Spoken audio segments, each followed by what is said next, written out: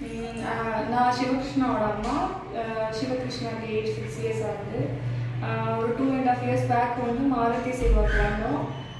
ஸ்டார்டிங்கில் வந்து அழுதுகிட்டே இருப்பான். நான் வந்து மற்ற எல்லா தெரப்பி சென்டர்களும் போய் பார்த்துருக்கேன்.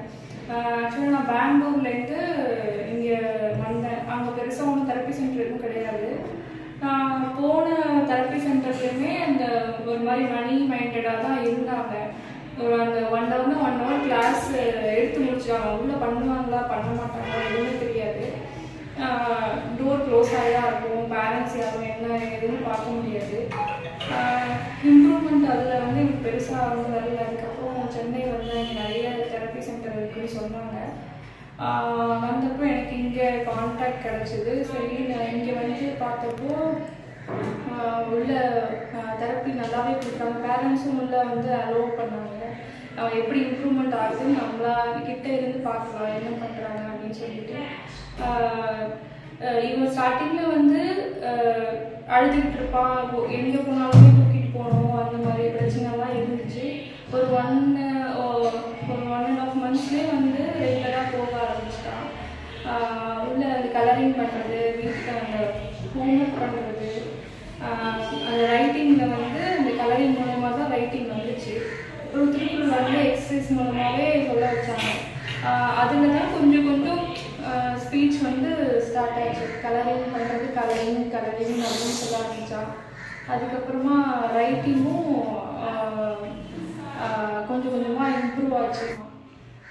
டாய்லெட்டுமே வந்து வெளியில் போகிறதுனாலே ரொம்ப கஷ்டம். எங்கேயாவது போகணுன்னா அப்படியே அடக்கிட்டே இருப்பான், அழுவான்.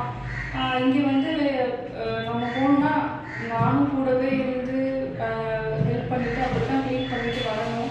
ஆனால் கொஞ்சம் கொஞ்சமாக வெளியில் போக ஆரம்பித்தான். இங்கே வந்து தனியாக போயிட்டு அவனே ட்ரெஸ் பண்ணிவிட்டு அவனே வெளியில் வரான். அந்தளவுக்கு இங்கே வந்து கொஞ்சம் இம்ப்ரூவ் ஆகிட்டான். இப்போ எனக்கு டாய்லெட் போகிறதுனா பெரிய பிரச்சனை இல்லை. அவங்க நான் ரூம்குள்ளே விட்டுட்டு நான் வெளியில் வந்தாக்கா அவனவே எல்லாம் பண்ணிட்டு வந்துடுறான். அந்தளவுக்கு ட்ரெயின் பண்ணியிருக்காங்க.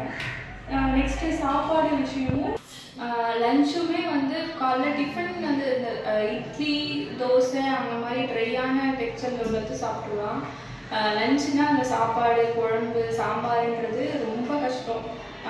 ஊட்டவே 1 வாய் 2 வாய்க்கே எனக்கு அவ்வளோ கஷ்டமாக இருக்கும். டேட் புரளுவான். அவனுக்கு இது வந்து நான் ஸ்கூலில் வந்து சொன்னதும் அவங்க அட்ஜஸ்ட் பண்ணி டெய்லி கொஞ்சம் கொஞ்சமாக அவனுக்கு ஊட்ட ஆரம்பிச்சு இப்போ செல்ஃப் ஃபீடிங்கே அவனுக்கு வந்திருக்கு. ஸ்கூலில் எடுத்து ஃபீட் பண்ணுறது அவனாவே எடுத்து சாப்பிட்ற அளவுக்கு வந்திருக்கான். அதனால் அந்த லஞ்சுன்ற அந்த பெரிய டென்ஷனே எனக்கு வந்து குறைஞ்சிருக்கு. இப்போ 1 year கண்டினியூஸாக போயிட்டு இருந்தான். 1 yearக்கு அப்புறம் கொஞ்சம் கொஞ்சமாக சொல்கிறது எல்லாமே ரிப்பீட் பண்ண ஆரம்பித்தான். ஃப்ரீக்வெண்ட்டாக ரிப்பீட் பண்ணாமல் கொஞ்சம் சொல்கிறது அப்பப்போ ரிப்பீட் பண்ணிட்டு இருந்தான். இப்போ ஒரு 2 years ஆகுது. இப்போ வந்து ஃப்ரீக்வெண்ட்டாக ரிப்பீட் பண்ணுறான். ஒரு சிலதெல்லாம் வந்து தானாகவே வந்து கேட்குறான். பர்டிகுலராக ஸ்நாக்ஸ் ஐட்டம் அந்த மாதிரிலாம் தானாகவே கேட்குறான். வீட்லேயுமே என்னென்ன பண்ணலாம், எப்படி பண்ணால் இம்ப்ரூவ் பண்ணலாம், இல்லை வெளியில் எங்கேயாவது ஏதாவது ப்ராப்ளம் ஆச்சுன்னா இது இந்த மாதிரி ஒரு மாதிரி ஆக்வர்ட் சுச்சுவேஷன் தான் வந்து நான் இங்கே வந்து சொல்லுவேன். பேரண்ட்ஸுக்குமே ஒரு நல்ல கவுன்சிலிங்கு இவனுமே இம்ப்ரூவ் பண்ணுறதுக்கு என்னென்ன பண்ணலான்றது சொல்லுவாங்க. அப்புறம் 3 months ஒன்ஸ் ஃபீட்பேக் ஒரு ரிவ்யூ மாதிரி கண்டக்ட் பண்ணுவாங்க, டெஸ்ட் மாதிரி. ஸோ அதுலேயுமே இவன் எந்த லெவலில் இருக்கான் ட்ராக் பண்ணுறது, அப்புறம் பேரண்ட்ஸ் கிட்டேருந்து ஃபீட்பேக் பண்ணுறது, அதை வச்சு அவனுக்குன்னு பர்டிகுலராக என்னென்ன ஆக்டிவிட்டீஸ் கொடுக்கலாம் அப்படின்றது ஆட் பண்ணுவாங்க. இல்லை இந்த மாதிரி பண்ணால் அது இம்ப்ரூவ் ஆகலைன்னா வேறு இவனுக்கு தகுந்த மாதிரி வேறு அப்ரோச் ஃபாலோ பண்ணுவாங்க. இதெல்லாம் வந்து ராமலிங்கம் சார் அப்புறம் டிசலெக்ஷன் வந்து ட்ராக் பண்ணுறாங்க. அது ரொம்பவே ஹெல்ப்ஃபுல்லாக இருக்குது. ஏதாவது டவுட்டாக இருந்தாலும் எந்த டைம் வேணாலும் கால் பண்ணாலும் கிளியர் பண்ணுவாங்க. இங்கே வந்ததுக்கப்புறம் அந்த கன்ஃபியூஷன் இங்கே சரியாக மாட்டேங்க அந்த மாதிரி இருக்க கன்ஃபியூஷன் அந்த கவலையிலே வந்து ஃபுல் டைம் ஸ்பெண்ட் பண்ணுறது அது எல்லாமே வந்து குறைஞ்சிருக்கு.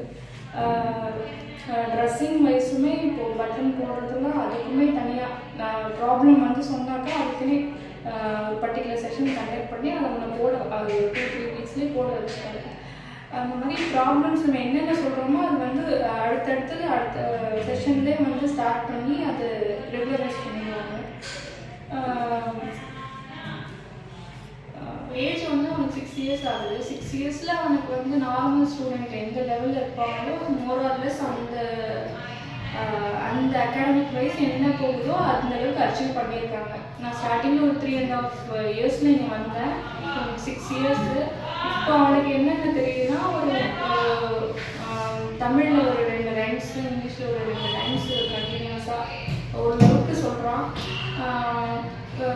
மேக்ஸ்னால் 1லேருந்து 60 numbers அவனுக்கு தெரியுது. 50 வரைக்கும் எழுதுறான்.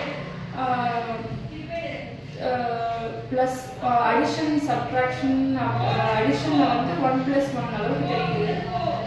அதுவுமே கான்செப்ட் வைஸ் வச்சு சொல்லித்தராங்க. கவுண்டிங்லேயும் 1லேருந்து 3 வரைக்கும் கான்செப்ட் வைஸ் அவனுக்கு தெரியுது.